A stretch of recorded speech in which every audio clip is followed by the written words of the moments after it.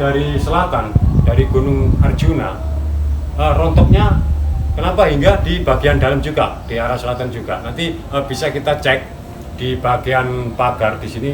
Nanti kita bergerak lagi ke bagian barat. Di sana adalah pintu masuk barat.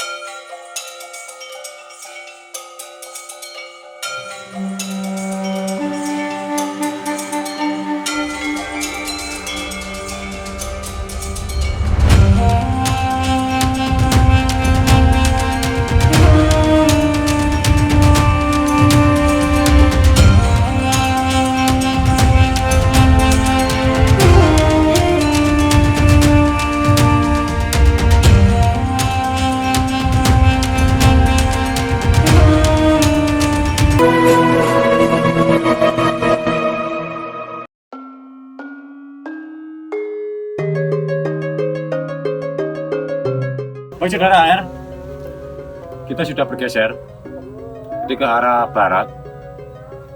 Ini adalah ekskavasi paling di pojok ini ya, di pojok. Kalau ke arah timur, akhirnya ketemu yang pagar yang ada tulisan Kumitir tadi itu. Nah ini paling sudut ya ini.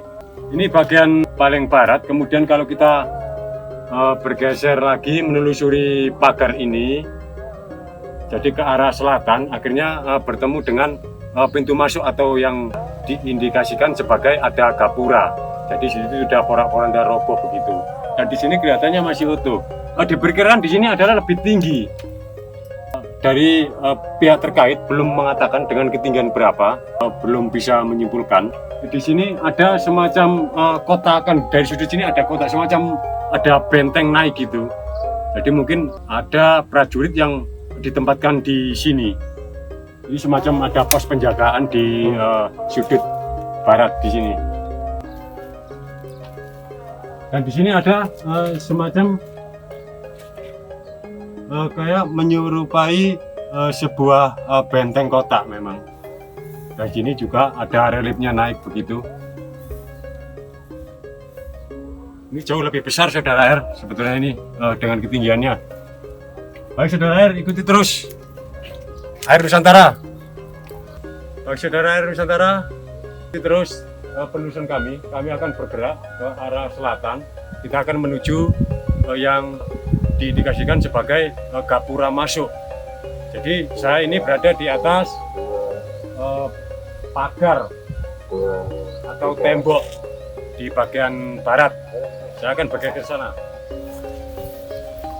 Kemudian bisa dilihat juga memang dalam daerah memasuki musim penghujan memang banyak tumbuhan yang tumbuh di sana sini. Memang tanahnya di sini sangat lapu sekali ya, saudara ya. Nah, semacam ini adalah tanah yang memang tidak diekskavasi. Ini adalah di bagian barat, di luar area istana. Ini ada sedimen baru gitu. Jadi saya simpulkan lagi bahwa zaman dahulu pernah terjadi bencana besar memang di sini. Nah, dibuktikan dengan rontokan di sini dari arah selatan. Ada bencana besar, kemudian menabrak wilayah sini hingga akhirnya batu-batuan ini rontok begitu dan tumpang tindih di kedalaman ini hampir 2 meter ya ini ya, hampir 2 meter. Jadi serpian-serpian seperti ini,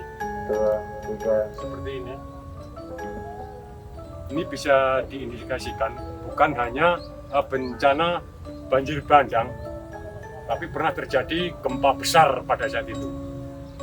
Karena ini ambruknya juga ada yang di bagian luar dan sebagian ada yang di bagian dalam.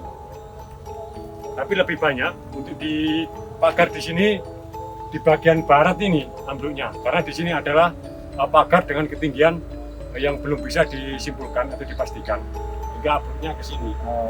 Membuktikan bahwa dengan banyaknya jumlah material batu bata yang terkubur di sini tumpang tindih dengan bercampur dengan tanah dan pasir.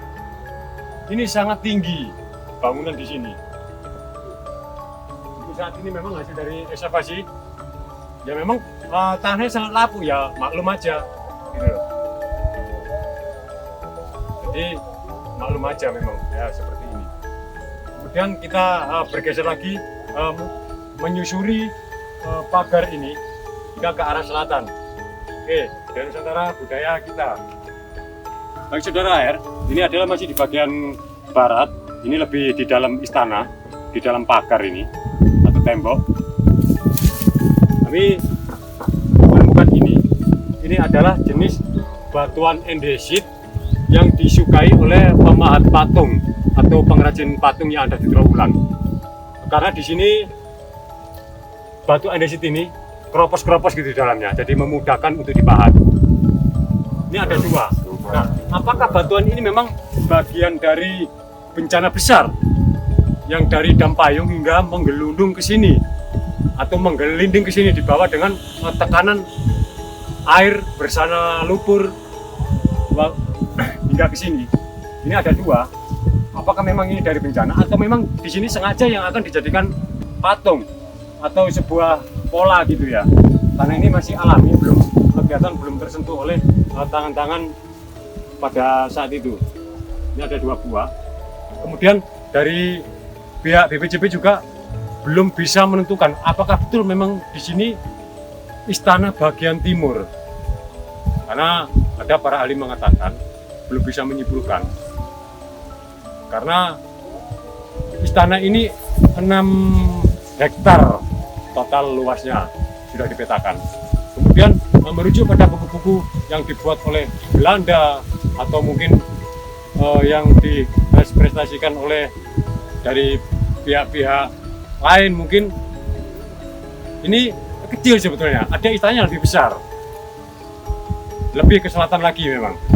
Jadi untuk memastikan di sini memang harus dibutuhkan lagi pengkajian yang lebih mendalam begitu ya. Karena di bagian sebelah timur kita mau ke arah ke bagian pagar paling timur ini masih kosong, belum diekskavasi. Jadi ini semua area pertemuan. Jadi pihak Purbakala belum melakukan tes pit atau uji coba penggalian untuk menemukan ada nggak struktur bangunan di situ di dalam. Jadi bangunan di sini sangat luas, 6 hektar saudara-saudara ya. Itu terus saudara Nusantara, budaya Nusantara, budaya kita. Baik saudara Nusantara ya. Ini lebih dekat di area gerbang dengan jarak sudut tadi itu yang di arah utara, lebih utara tadi kita tarik ke sini, itu hanya sekitar 50 meteran dari sini. Di sini ada sebuah pagar yang memang ini bukan rubuh karena terjadi dalam waktu musim ini setelah diekskavasi. Jadi memang diekskavasi oleh BPJP memang kondisinya seperti ini. Ini bukan rubuh karena pada saat setelah dievakuasi. Terbukti juga di sini betul-betul dahsyatnya pada saat itu bencana di Kumitir ini hingga ada memang semacam apa ya bisa lahar dingin dengan menabrak begitu dengan kecepatan tingginya hingga merobohkan ini dan bagian di atasnya juga tercampur di bagian sisi baratnya di sini. Pak saudara R, ini sudah posisi kita sudah di dalam pagar, jadi posisinya lebih di dalam pagar di sisi timurnya. Jadi bisa saya lihatkan lagi di sini bahwa ada batu-batuan boulder yang terdapat di Istana Brewangker, juga yang ada di Dampayung, juga sama menyerupai seperti ini. Jadi bencana ini sebetulnya bukan hanya menimpa di sana, tapi seluruh area di sini, area istana dengan luasan 6 hektar. Di sini dibuktikan ada boulder seperti ini. Ini jumlahnya perkirakan lebih banyak karena di sini juga ada galian-galian sudah berpuluh-puluh tahun. Juga yang lebih di selatan sana juga itu ada terjadi galian di berapa puluh tahun yang lalu hingga sampai saat ini. Karena di sini sudah hampir rata dan ditanami pertemuan. Ini ada membuktikan bahwa boulder-boulder itu bergerak dengan kecepatan tinggi menuju ke sini. ini yang misalkan seperti ini, dan ini adalah penahan juga. Ini kalau kita lihat ya, ini bagian dasar, ini adalah lapis budaya. Lapis budaya pada saat itu. Lapis budaya adalah memang pada saat itu tanah yang digunakan aktivitas. Ya ini bagian paling bawah. Ini budaya pada masa lalu di situ. Ini adalah tanah batuan-batuan besar ini adalah menahan waktu konstruksi atau konsep pembangunan dalam membangun pagar atau tembok untuk melindungi istana bagian dalam.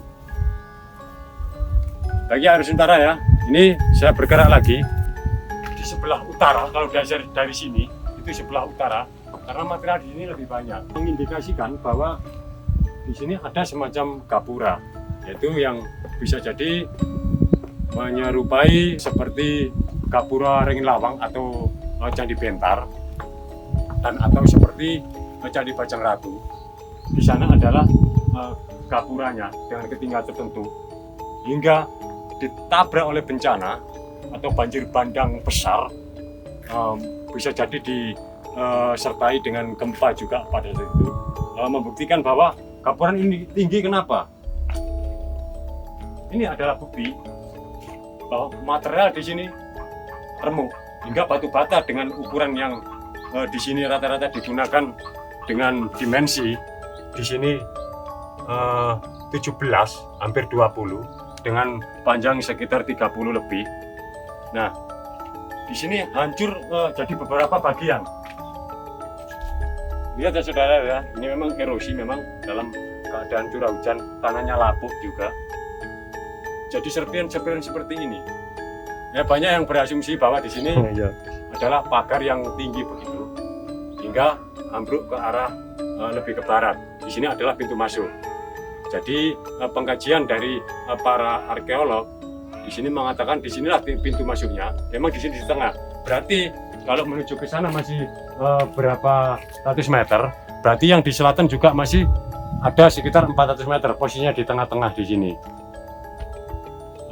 Bisa dilihat ya saudara ya, di sana juga batu-batuan dari material pembangunan ini atau bagian dari pagar di sini adalah batu merah, banyak sekali di sini. Membuktikan bahwa di sini candi ini sangat besar sekali. Atau memang sebelumnya sudah melakukan peperangan, yaitu perang Paregreg oleh dua kubu antara Wikramawardhana dari barat, istana barat, dan istana timur ini adalah Bre Wirabumi. Apakah memang dulu juga sudah ada peperangan hingga menghancurkan istana sini? Nah, setelah peperangan selesai di tahun 1406 yang dibenangkan oleh istana barat Wikramawardhana, akhirnya disitulah mulai redupnya kerajaan Majapahit.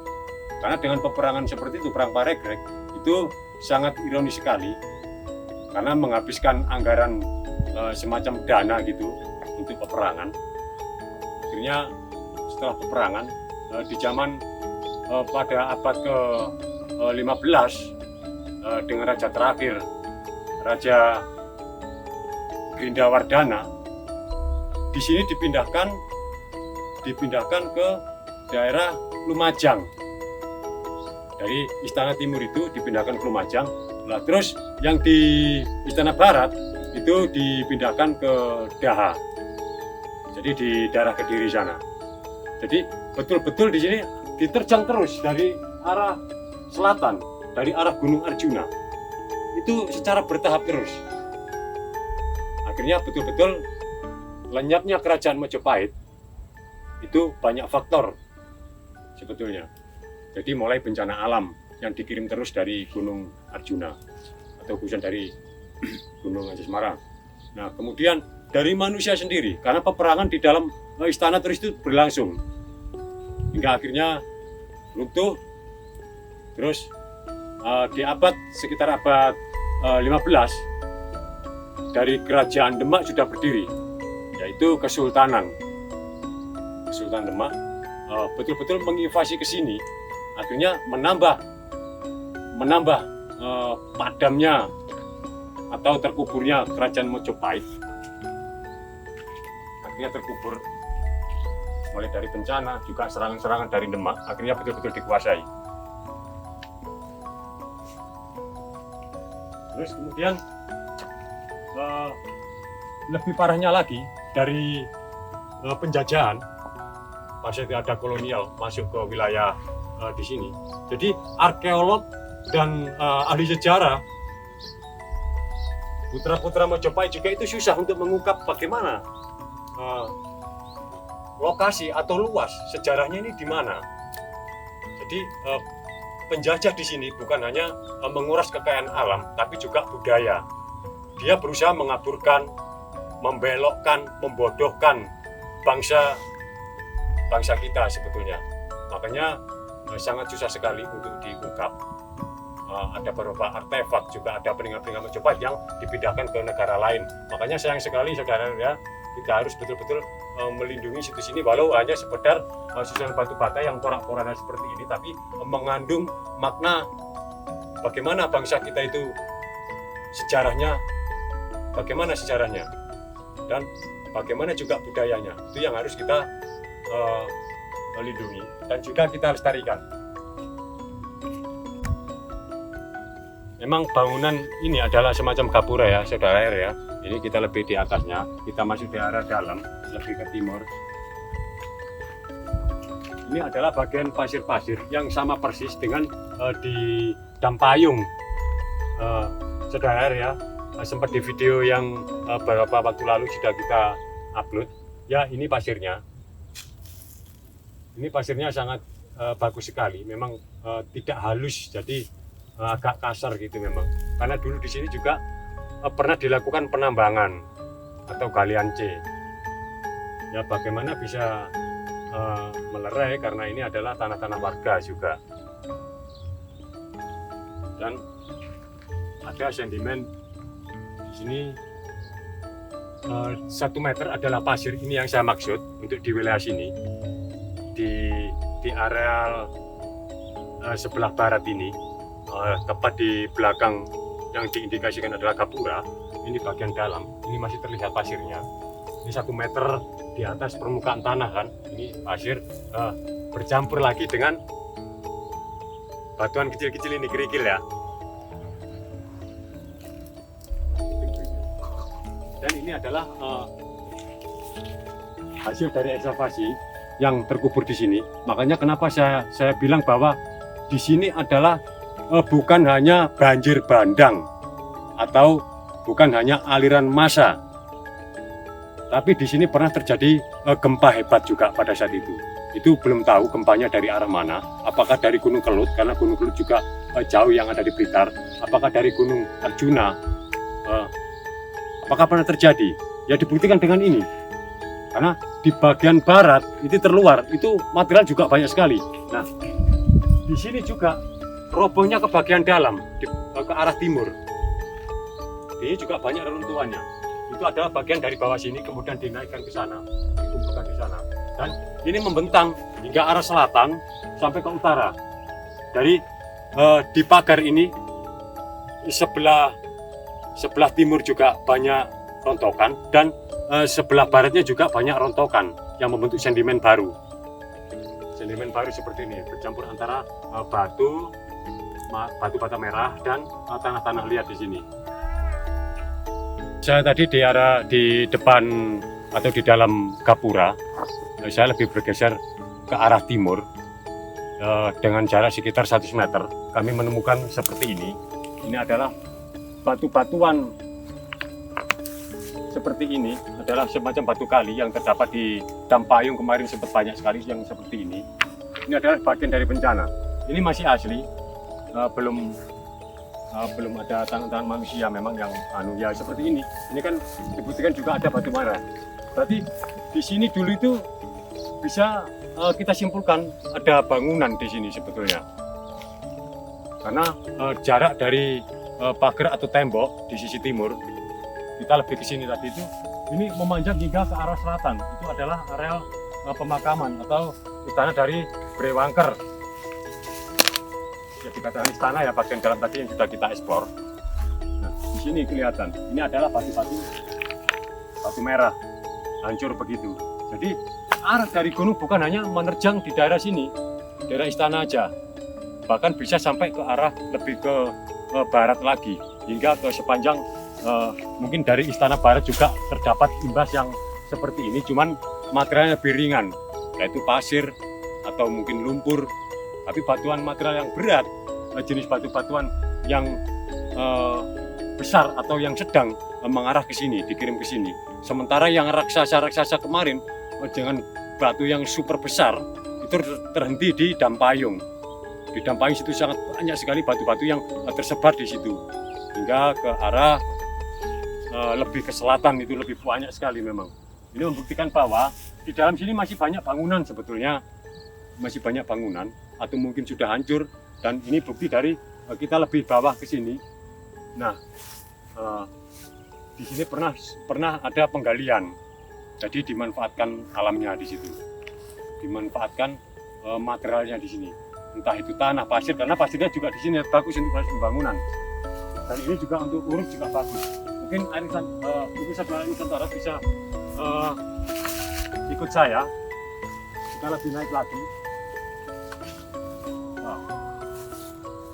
Banyak serpian batu-bata merah di sini di tengah-tengah, banyak sekali bercampur dengan boulder di sini banyak sekali, mulai dari kecil ya sama berbagai varian, banyak sekali, lihat ya. Ini juga posisinya, ini bagian dari bangunan yang ada di situs Gemitir. Sementara merujuk kepada buku Negara Kertagama bahwa Mahesa Cempaka itu didarmakan di Gemitir, atau kalau di buku Negara Kertagama itu mengatakan Kumeper, hingga seiring berjalannya waktu hingga berapa ratus tahun berubah menjadi Gemitir. Apakah memang betul ini Gemitir? Apakah memang betul-betul ini Gemitir?